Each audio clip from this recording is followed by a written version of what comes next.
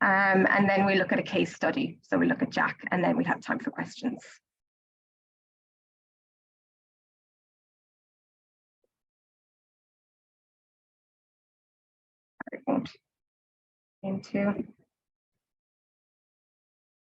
There we go.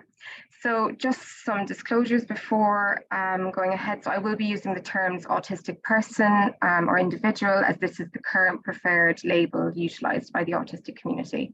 Again, this is very individualized, so it all depends on your young person. I always find just asking how they would like to be recognized is a good way. Also, I will need to make generalizations within the presentation, but again, as I know you all will be taking into consideration the people in your classes or the people that you know or the young people that you work with. So what is our understanding of autism? So autism is a neurodevelopmental condition where people can experience differences within social interactions and communication. They may have intense or restricted interests, sensory differences, and they may or may not have repetitive behaviors as well.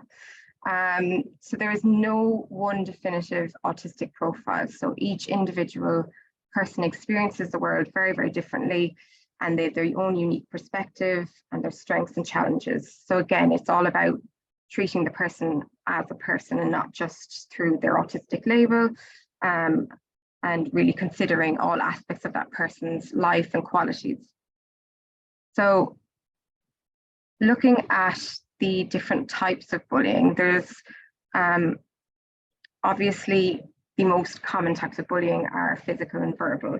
But bullying is seen as any form of social aggression, and it usually occurs within a system. So looking at schools, universities, workplaces, anytime where there is a group of people that are striving for an aim, there usually comes conflict.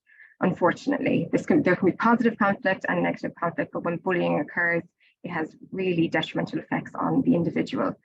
So bullying, again, can take place in many different environments. I think one that is really coming up quite a lot for our young people is online bullying, which is a massive issue, especially for autistic young people who really rely on the internet to kind of create these peer relationships.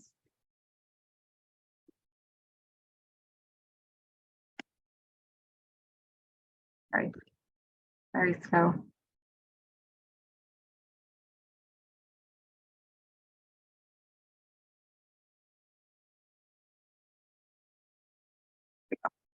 So there is also social bullying. So this is one of the hardest to kind of uncover, because it is very reliant upon individual social interactions. So it's sometimes referred to as covert bullying, and it's really hard to define, and it can be carried out behind a person's back.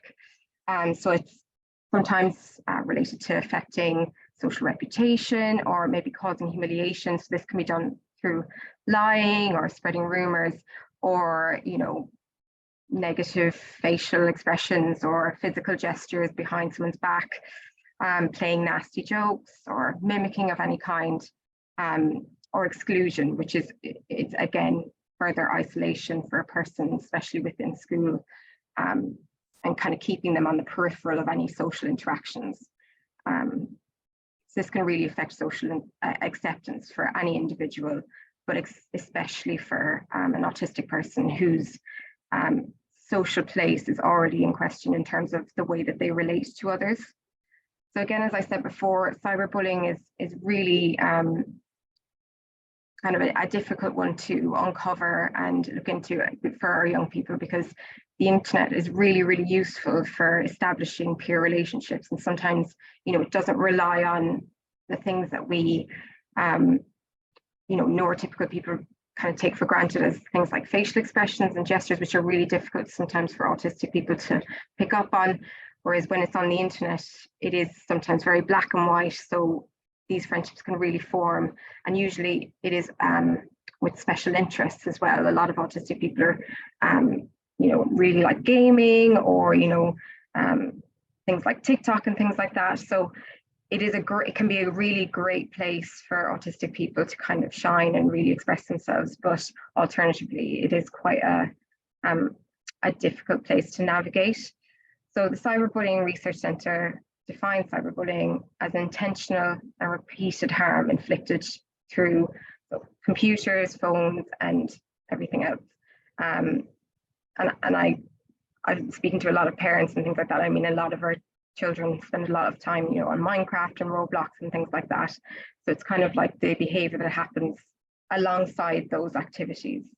So it can be overt or covert bullying behaviors. They can be relentless. So the difficulty with cyberbullying is that there is no space for it to stop. It can be in the home, it can be at school, and have a really kind of negative effect and impact not only on somebody's mental health, but also their physical health.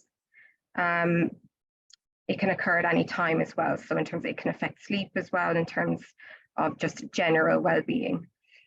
So it can include, again, like social bullying, kind of the spreading of rumors or imitating others online as well.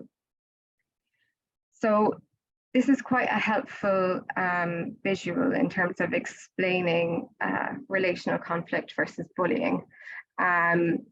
Speaking with some autistic young people and their experiences with bullying in school and kind of reflecting back on going through that school system, they sometimes say, I was never really sure, or I was, made to feel that that it wasn't bullying, that it was, it was something that was my fault. And then sometimes they just really didn't know whether it was an interaction that maybe just went wrong, or an interaction that was accidental in some way. So defining that can really help a person and validate their feelings as well. So when we look at relational conflict, it's something that is quite accidental. It can be occasional, and there's a power balance. So it's never really an incident where somebody feels quite victimized. And there is a big component of it is there is remorse and effort made to resolve. So somebody acknowledges that they've done something wrong and they say sorry. And that gives a lot of closure to the interaction. Whereas bullying is very different. It's very deliberate and it's repeated and consistent. So it really wears a person's self-esteem down. There's no remorse or there's a lack of empathy or understanding. And there's a clear imbalance of power. So there's clear roles within the interaction, which again can be quite negative.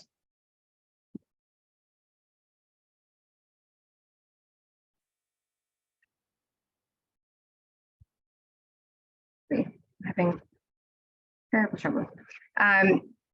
So signs to look out for our young people. So as we spoke about, is that autistic children, they may not want to tell you that they're being bullied, or they may not be able to tell you that they are being bullied. So sometimes it's up to us as practitioners or professionals within their school to kind of pick up on those kind of subtle signs, or maybe very big signs, but sometimes we need to be a bit of an investigator in the young person's life. So you can visually see that the person has become more withdrawn, or is isolating them from their friendship group, or choosing not to spend time with others.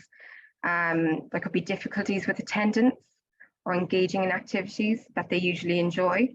Or this could be as well if you know that your young person is they always put their hand up in class when they know the answer, but you see that they're suddenly hesitating to do that. That's again where you could pick up on the sign that maybe there's something else at play.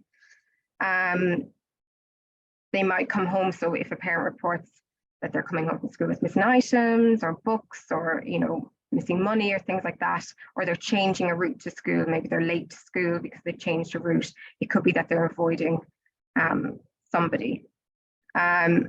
A big one is engaging in negative self-talk. So this is when they're just becoming overly critical of themselves. So saying things, I'm stupid or I'm worthless. And in those moments, it is quite helpful to kind of ask, where are you hearing those things? And just to kind of continue that conversation, because those kind of little comments about ourselves, they really do kind of pick away at our self-esteem. Having emotional and physical outbursts. So again, this is pretty self-explanatory, but if your child is, suddenly feeling quite overwhelmed and and having to leave the class suddenly. Again, these are big signs that there could be something else at play. Changes in eating pattern or appetite. This is related to kind of anxiety, feelings of anxiousness. So if we're like deciding not to eat lunch, maybe that this could be, when we are anxious, we often feel like we just cannot stomach anything. And again, if our appetite increases, it could be a sign that they're seeking comfort in some way. Becoming highly sensitive to others' opinions of them. So this is quite a common one in terms of if we're hearing negative input over an extended period of time, we start to believe it in ourselves. We start to hear it where it mightn't be. So things that you might say to somebody like, oh, you did a great job in that exam. And an autistic person, if they're continuously feeling bullied, they might pick that up as something like that you're being overtly, not being serious, or that you're kind of mimicking or mocking them. And overall, just any changes in behavior. So if there's like increased anxiety, or you feel like they're really becoming quite withdrawn, and their mood physically, they seem quite docile, that's when we need to ask questions, because sometimes, if you ask a direct question, you may not get the answer from an autistic person because it might feel too confronting and too confusing. So why does bullying occur for our young people? So according to a recent survey, 75% of autistic young people have experienced bullying, and only half of young people said they felt safe at school. So that is a massive amount of young people experiencing, negative peer relations within school. So overall, childhood and adolescence is a really difficult time, and we're kind of learning about ourselves, learning about relationships and boundaries, and testing those boundaries. So there's a level of insecurity surrounding childhood and adolescence, both within neurotypical and neurodivergent individuals. So for an autistic person, this is extremely overwhelming, and it can feel really unmanageable, because people are unpredictable and they don't say what they mean. And a lot of the time, we use slang, we use phrases, turn of phrase metaphors, and these things can really disrupt an autistic person's social interactions, because it just adds further confusion.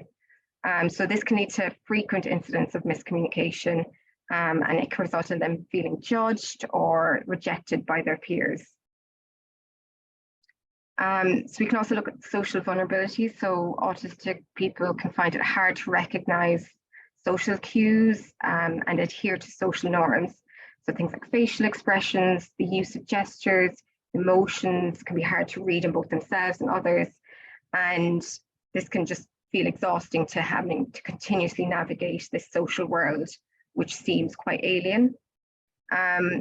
Where some autistic individuals may become socially withdrawn, others are driven to form peer relations. So this is where some autistic people can become quite passive within peer relationships and really struggle to actually say no. So they can become overtly compliant to the demands of their peers, and they really struggle to hold boundaries. So there are a lot of cases where bullying comes up within friendships, where there is, as we said before, there's a power imbalance clearly within the friendship. This can lead to manipulation or coercion within perceived friendships. And an autistic person would really struggle to both identify that and problem solve and find a way out. So an autistic child might also engage in bullying behaviors for a number of reasons. They may not understand the consequences of their words or actions in terms of that social interaction, how it may affect somebody. They can also struggle with theory of mind, so that's kind of empathizing and putting yourself in somebody else's shoes and looking at others' perspectives. They can also find it hard to be flexible, so they can have a very fixed way of thinking. And so adapting to other people's opinions can feel really difficult. Additionally, they might be experiencing a lot of sensory overload, and this can be really exhausting. So, you know, a school environment or a school day with all of the kind of, you know, sounds and sights and smells and things, it can just be completely overloaded for their system. So there may be times where that just gets too much. And so there might be, again, outbursts and things like that, but it could be due to feeling overloaded. Another one is that they may feel fearful of others' judgment. So they might engage in bullying as a method of protection, which this, again, it's a general thing that children do. Sometimes it's a way of kind of surviving. But this might be, in terms of for autistic people, it might be a method which they feel like is the most helpful to keeping them safe. So this visual I thought was quite helpful in just looking at how sometimes the divide can occur with neurotypical students and students, autistic students. So this was from a study looking at the relationships with secondary school students.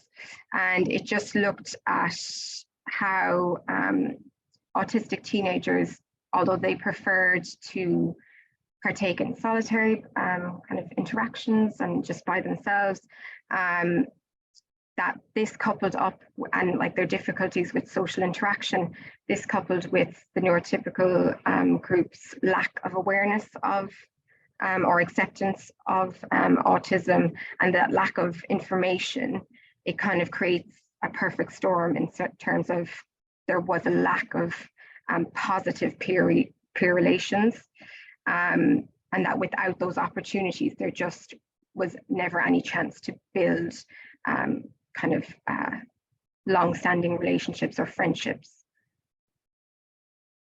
So what are the impacts of bullying? So bullying is a form of trauma, and it can have detrimental effects on people's mental health and their physical health.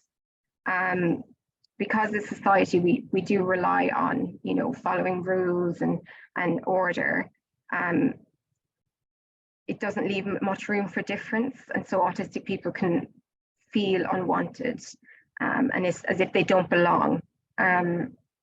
So bullying can affect self-esteem, their identity, or the fact that they accept themselves, and their ability to make positive relationships. So this is both currently and in the future. If we're exposed to negative relationships for a long enough time, it may make us avoidant, or we may become try to predict that other people will treat us the same. And so it can develop trust issues and could just lead to further isolation and shame. So for autistic people, bullying can further instill the idea of negative difference, or that there is something wrong with them. This will hinder their ability to accept themselves and express themselves authentically in social situations. This can affect their general well-being, and it can lead to serious mental and physical health issues, such as anxiety, depression, self-harm, substance misuse, and suicide. According to Autistica, 7 out of 10 autistic people have a mental health condition, such as anxiety, depression, or OCD.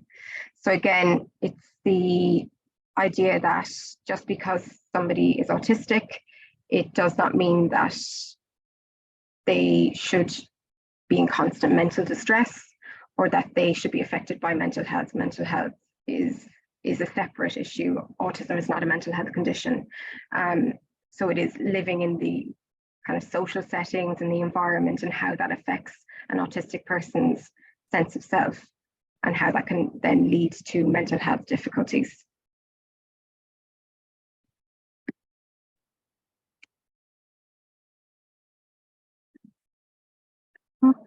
So we have masking, camouflaging. This is, I think, now becoming more talked about within society and on social media as well, which is great. And it is commonly kind of thought of as female expressed camouflaging and masking, but it is definitely something that autistic males can also engage in as well. So in response to continued bullying, autistic people may begin to mask or hide behaviours that they feel might be contributing to their vulnerability to bullying. So they could be suppressing stims or faking facial expressions. I was speaking to an autistic friend of mine, and she was telling me that, you know, when she was in school and even in uni, she would fake a smile all day, and it led to like quite different, like jaw tension. She'd go to the dentist and everything. So just how exhausting that was on her. So forcing eye contact, hiding sensory discomfort, and also refraining from talking about special interests. And that again can also extend in terms of talking about just worrying about ways you may be interpreted. So masking can be draining and damaging to an individual's self-esteem and mental health. Although masking may help to prevent some cases of bullying, this can also then lead to severe effects in the long run on somebody's well-being.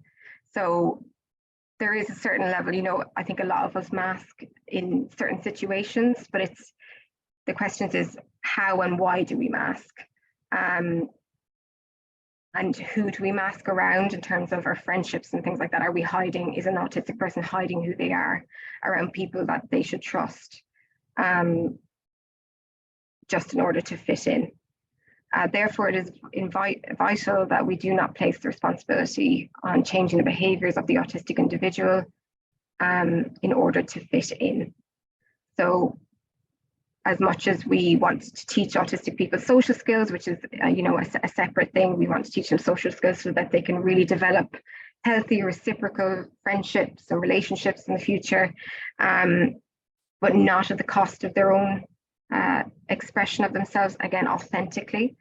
So it's kind of, it's that kind of choosing of what we choose to suppress within ourselves, and at what cost.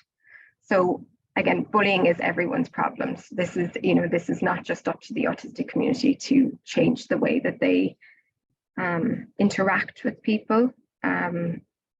It is also, it's on us as well to become more informed and become more empathetic in the way that we communicate also.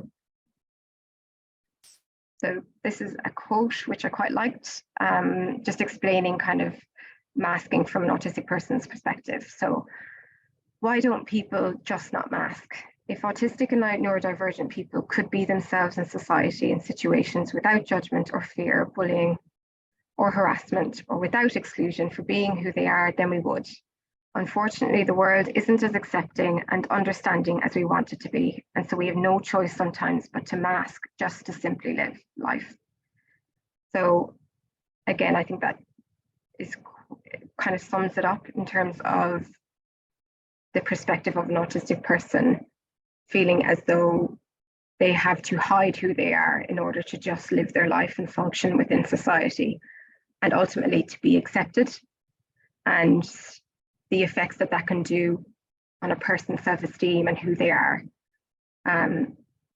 is immeasurable in terms of how they live internally. So how can we help? So education is key to helping to tackle the issue of victimization of autistic people in schools and the wider community. So studies have shown a significant decrease in incidents of bullying where neurotypical peers are educated about autism in a positive and proactive manner. Spreading awareness of difference, we can just develop empathy, and it's about promoting acceptance and tolerance for all. So it's about kind of, you know, informing people in a very neutral and proactive way, as opposed to a reactive way from an incident or something like that, but just spreading awareness of other people's experience. Conversation is also integral to helping a young person, a young autistic person who may be experiencing bullying. So talking openly and validating their experiences and offering them a space where they can feel like they can discuss what's happening to them without feeling, shameful. Unpicking scenarios is really helpful, and breaking down interactions to make them more comprehensible. So as we do, with maths and things like that, where we break things down into the sum of its parts, also doing that within interactions for an autistic person is really helpful, because it really hones in on the source of feeling. When an autistic person can feel something, sometimes it feels so overwhelming that going into detail is just very difficult for them. So sometimes using visuals or social stories or comic strips can really help them understand actually what got them to that point. Again, approaching with curiosity or reflection. So asking questions like, I wonder how that made you feel, is kind of leaving the door open for them to explain, and it's kind of assuring them that you are also open to hearing it. Labeling emotions is also really helpful. So you can just mirror kind of back what they've disclosed. You can say something like, it sounds difficult, you must have felt really angry, and sometimes they can tell you that's definitely not how I was feeling, and that in itself might help them, because it then takes away another emotion that okay, that's not what it was. Okay, what could it be? Reassure them that bullying is not okay, and that this should not be happening to them. I think a lot of autistic young people just want to be seen and want to be heard. And it is a massive,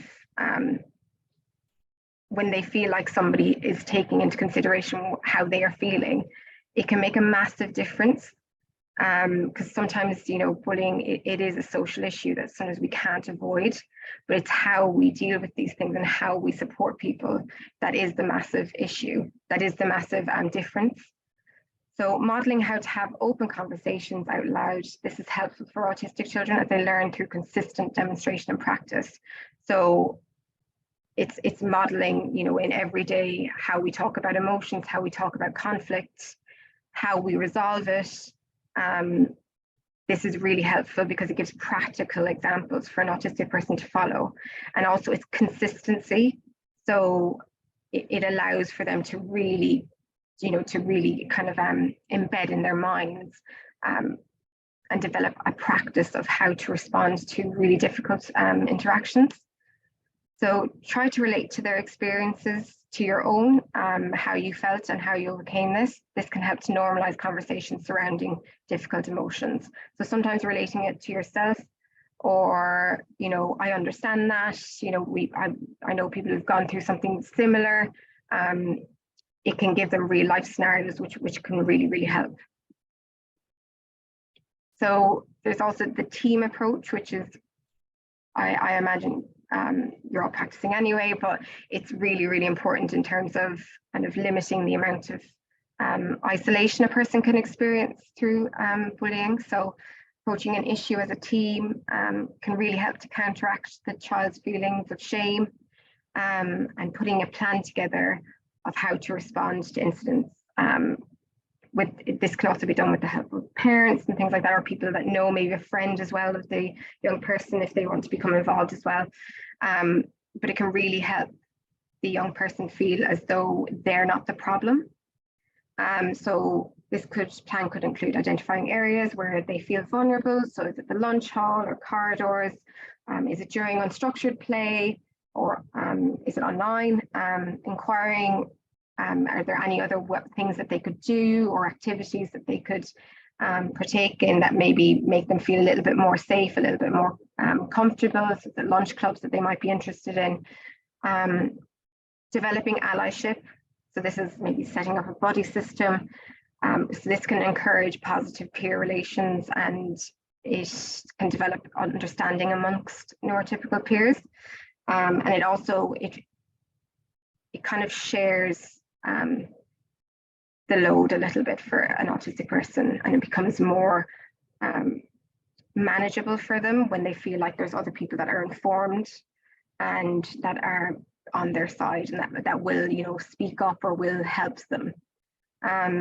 Utilizing sensory activities can help manage the stress. So this can be in response to a bullying incident, or even just general emotional regulation. So it could be using fiddle toys or weighted items or a movement break or engaging in a special interest for a couple of minutes. So that can really kind of reset their kind of emotional state and help them kind of ground in the moment. Mindfulness can also work as well. I know some children do not like mindfulness and they really struggle to stay focused, but there is mindfulness with food, which a lot of them really like, and that can be helpful as well. So another core method of helping would be education around friendships and kind of developing positive relationships. So by kind of like asking about what do they think friendship is, what makes friendships healthy, what makes them unhealthy, how do I know if someone is my friend, and then talking about boundaries and what boundaries are important to them. So if they say, oh, that somebody doesn't mention this thing about, that's an important boundary for me, and developing that mutual respect, it helps them recognize that maybe, oh, that isn't happening in a friendship I'm in now. Perhaps this isn't the healthiest of friendships. And it just teaches us what we should and shouldn't accept in terms of behavior towards ourselves. Another really helpful approach for helping children kind of understand social interactions is drama therapy. So it's a form of psychological therapy, and it uses storytelling and role play, and it can be really, really useful with autistic young people. Sometimes talking about their experiences directly can feel incredibly confronting and can feel like there is too much expectation on explaining how they felt. And in that moment, they might not be able to know how they felt. So by doing it through, script reading, role play, even looking at, like their favorite book, reenacting scenarios and then changing things each time, it can really help them kind of gain a perspective on interactions that mightn't have gone right, or ones that have gone really well, and why they went well, and how they might have felt in the moment. So building self-compassion and confidence is very important for a young autistic person. So focusing on their strengths and abilities. So we want them to nurture their self-esteem, and you want them to feel confident. So it's important to just remind them of their value and their worth. So sometimes this really helps to just give them extra responsibility within a class, or even, taking ownership of tasks within their school, if that's, going down to the office or something, but so that they feel as though they're valued and that they can contribute to the school system. It makes them feel really, really good about themselves.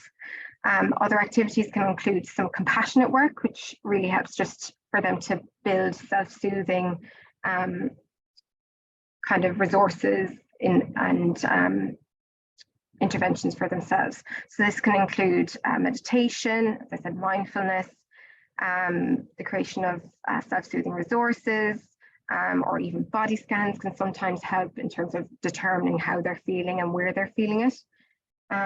Teaching children to trust in themselves and support the development of a self-comforting system can really optimize their ability to progress in all aspects of their lives.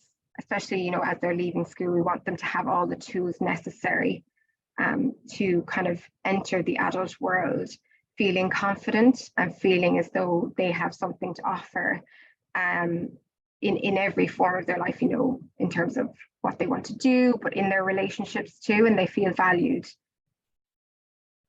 Another one is working on flexible thinking. So this can be quite a tricky one in terms of it can be difficult to teach because it needs quite constant and consistent reinstating. It's something that we need to teach explicitly. So being flexible within interactions means that we just adapt to other people's perspectives, and we can deal with changes, be it within a conversation or within a plan, and that wouldn't disrupt our entire, emotional state and lead to high anxiety. And for a lot of autistic individuals, it can lead to massive areas where they feel really anxious, and may feel as though they just cannot cope. And so either, they engage with their fight, flight or freeze, and just really struggle to adapt to other perspectives. So this is an important social skill, and it is often an area that can be really challenging. So neurotypical people often learn flexible thinking implicitly, so it's just implied. We kind of learn through practice, but we need to offer opportunities to teach flexible thinking explicitly to autistic people. So sometimes it's about working on theory of mind sometimes as well, in terms of putting your thinking cap on in terms of looking at somebody else's perspective. And it can be done through games, usually games that are like where there's something that somebody has to find out about another person. So it could be like, heads up or guess who. Those are really helpful because it encourages curiosity and can help really demonstrate how finding out things about somebody else might help inform your thinking. And then that might help then in turn make you feel more adaptable because you understand the perspective somebody else is coming from. So on to our case study. So this is a really positive story of a young autistic person named Jack. So Jack is a 13-year-old autistic boy. He's experienced verbal bullying from his classmates consistently for over a year. He has tried changing behaviours and actions to meet the expectations of his peers, but it hasn't helped. He's been left feeling unworthy, rejected, and his sense of self and confidence are really low, and he feels isolated by his peers. During Autism Acceptance Week, he's asked by his teacher if he would give a talk on autism to his classmates, to which he agrees. Although he's really nervous, his talk goes incredibly well, and his classmates are interested in what he has to say and are positive in their responses.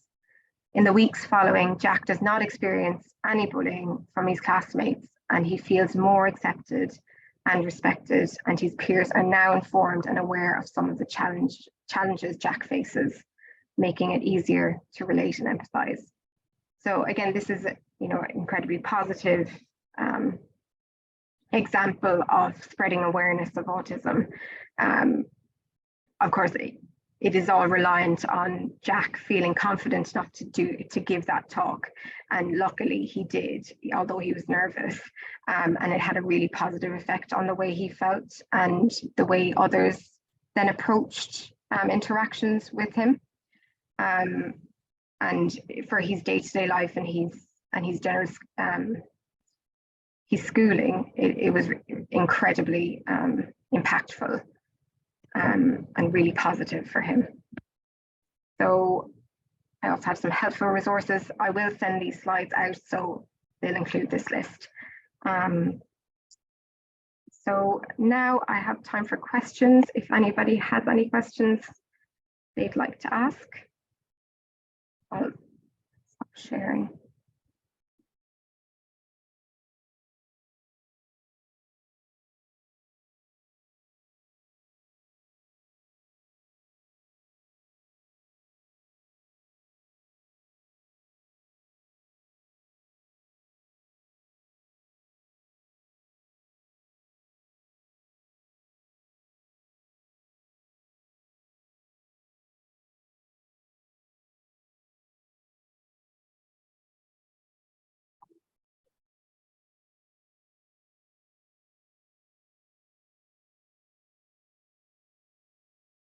If we have no questions, that's fine. I can, so for the person that's asking about the recording, I think this recording will be available on the Cognos YouTube channel.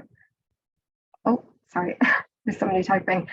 But that will be available on the Cognos YouTube channel as well. So if you just want to review anything, and I will be sending out these slides and the resources as well. I'll just wait for the question.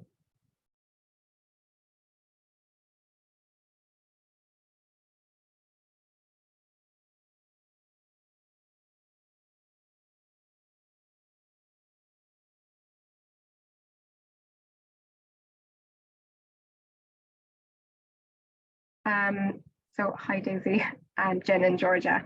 I do, in terms of working in like specialist schools in terms of SEN, an SEN school. For a group of autistic individuals, it can be really, really difficult because, again, talking about difficulties with theory of mind and understanding each other. But what I found has helped is individual work first. So looking at practicing theory of mind exercises, which sometimes can be, depending on their age, I don't know what age they are, but you can use like doll work or scenario work, or review incidents that have happened. Secondary, okay, so that won't work for them. It might be like that would be too childish for them. But even if it's about like if they have like a TV program that they watch, or something that you can find where there's an example of an interaction that maybe has gone wrong, and kind of reviewing that separately, because what I've found in the past is that having a group of children with different needs, in the moment, it can just be really, really difficult for them to feel heard, and they all want to feel heard at the same time. So I would say maybe take that individual work first, and also utilizing any shared interests as well, in terms of is there anything in common that they enjoy, that they both like, and continuously bringing it back to that positive aspect of the group. And also, I think in terms of as well, if there is a clear, I don't like using the word, a perpetrator or a victim, that if the child is feeling victimized, that they just, as much as you can, remove them from the situation where it's causing them distress. And that's where the real reflection can go with the person that is perpetrating, because again, we look at like the common saying is that hurt people hurt, and that there must be something going on for each person. But yeah, in terms of maybe some theory of mind work, group activities maybe that are based on like finding out about each other, that can help as well. But it's about how they relate to each other and seeing if they can find a common goal. I hope that helped in any way.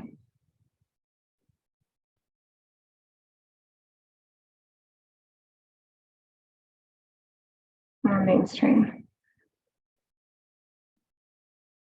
Yeah, that's quite difficult. I think with the kind of interactions, it can be very difficult if some of the students, in terms of, I think a lot of it is in some way, projecting how they feel onto another person, and their insecurities. It is, in terms of difficult with their theory of mind. I think it all comes down to the individual. Group activities are difficult at the best of times, but it's the individual work and how they can reflect on it, and that being seen as really positive, and how they're kind of growing into a person. So really kind of emphasizing how they're becoming mature and they're entering the world. They're in secondary school now, and that's showing real social maturity, that that they can reflect on a situation and maybe apologize and things like that. So it's about kind of showing the positives of being empathetic in that situation, that they might just feel like they can only keep their perspective, which may feel quite negative towards themselves. But yeah, it can be really difficult to support, especially for a school staff team. But thank you for the question. I hope that helps in some way.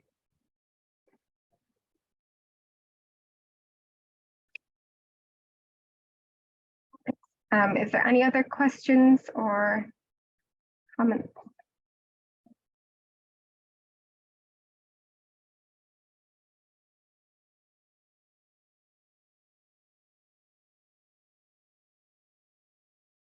So I apologize, there is music exams going on in our building at the moment, so that's, if you can hear a lone trumpet, that's behind me. So if we've no more questions, we can just leave it at that. I will send on the slides to everyone. I have your contact details. Again, thank you for coming. I realize this is, probably on your lunch break, but I really appreciate it, and I hope it was helpful in some way. So thank you all. Thank you.